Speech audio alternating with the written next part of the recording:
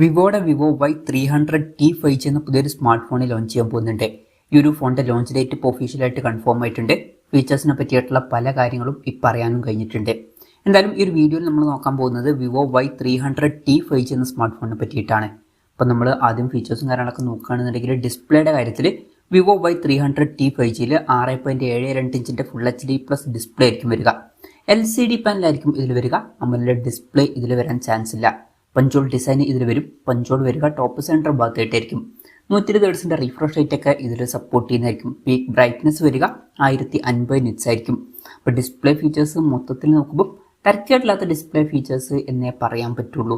ഇപ്പം 13,000 രൂപയ്ക്ക് താഴേക്കാണെന്നുണ്ടെങ്കിൽ തിരക്കേടില്ലാത്ത display features എന്ന് പറയാം. പിന്നെ side mounted finger print sensor ഇതിൽ വരുന്നതായിരിക്കും. ഫോണിൻ്റെ വെയിറ്റ് വരിക ഏകദേശം 204 ഗ്രാം ആയിരിക്കും. തിക്നെസ് വരിക 8.09 mm ആയിരിക്കും. പിന്നെ IP64 റേറ്റിംഗ് ഒക്കെ ഇതിൽ സപ്പോർട്ട് ചെയ്യും. MIL STD 810Hൻ്റെ സർട്ടിഫിക്കേഷൻ വരുന്നതായിരിക്കും. പൊതുവെ ബിൽഡ് ക്വാളിറ്റിക്കൊക്കെ ലഭിക്കുന്ന സർട്ടിഫിക്കേഷൻ ആണ് ഇത്. ഇനി പ്രോസസ്സറിൻ്റെ കാര്യത്തിലോട്ട് വരികയാണെന്നുണ്ടെങ്കിൽ MediaTek Dimensity 7300 എന്ന പ്രോസസ്സറുമായിട്ടായിരിക്കും ഈ ഒരു സ്മാർട്ട് ഫോൺ വരിക.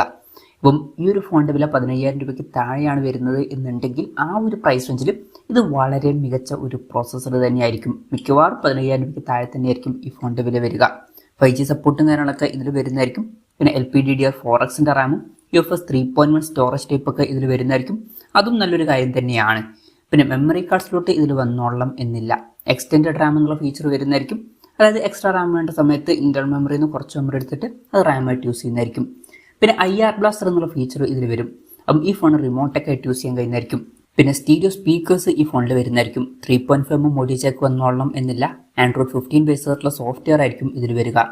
ക്യാമറയുടെ കാര്യം പറയുകയാണെന്നുണ്ടെങ്കിൽ ഫോണിൻ്റെ പിന്നിൽ ഡ്യുവൽ ക്യാമറ സെറ്റപ്പ് വരുന്നതായിരിക്കും. 50 മെഗാ മെയിൻ ക്യാമറ സെൻസർ ഇതിൽ വരും. പിന്നെ 2 മെഗാ ഒരു ഡെപ്ത് സെൻസറും വരുന്നതായിരിക്കും. അപ്പം ഇതിൽ അൾട്രാ വൈഡ് ആംഗിൾ ലെൻസ് ഒന്നും വന്നോളണം എന്നില്ല.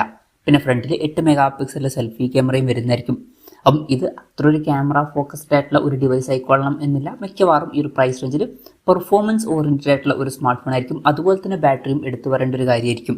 ഈ ഒരു ഫോണിൽ 6500 mAh ബാറ്ററി വരും. അപ്പം മികച്ചൊരു ബാറ്ററി കപ്പാസിറ്റി ഇതിൽ വരും. 44 വാട്ടിൻ്റെ ഫാസ്റ്റ് ചാർജിങ് സപ്പോർട്ടും വരുന്നതായിരിക്കും.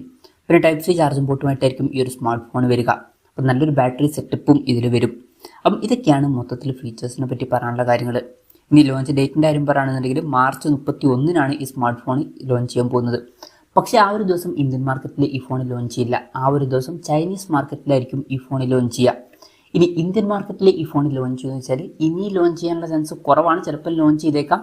അപ്പം ലോഞ്ച് ചെയ്യാൻ ചാൻസ് കുറവാണെന്ന് പറയാനുള്ള കാര്യം എന്താ വെച്ചാൽ ഓൾറെഡി ഈ ഫീച്ചേഴ്സുമായിട്ട് വരുന്ന ഒരു സ്മാർട്ട് ഫോൺ ഇന്ത്യൻ മാർക്കറ്റിൽ ഉണ്ട്. ഇന്ത്യയിൽ വിവോ T4X 5G എന്നൊരു സ്മാർട്ട് ഫോൺ ഇപ്പോൾ അടുത്ത് ലോഞ്ച് ചെയ്തിട്ടുണ്ടായിരുന്നു.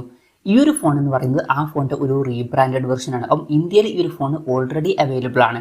ഇനി ഓഫ്ലൈൻ ഫോണായിട്ട് പുതിയൊരു ഫോൺ ലോഞ്ച് ചെയ്യുമോ എന്നും പറയാൻ പറ്റില്ല വേറെ ഒരു പേരിലായിട്ട്. എന്തായാലും കൺഫർമേഷൻസ് ഒന്നും ഇപ്പം പുറത്ത് വന്നിട്ടില്ല.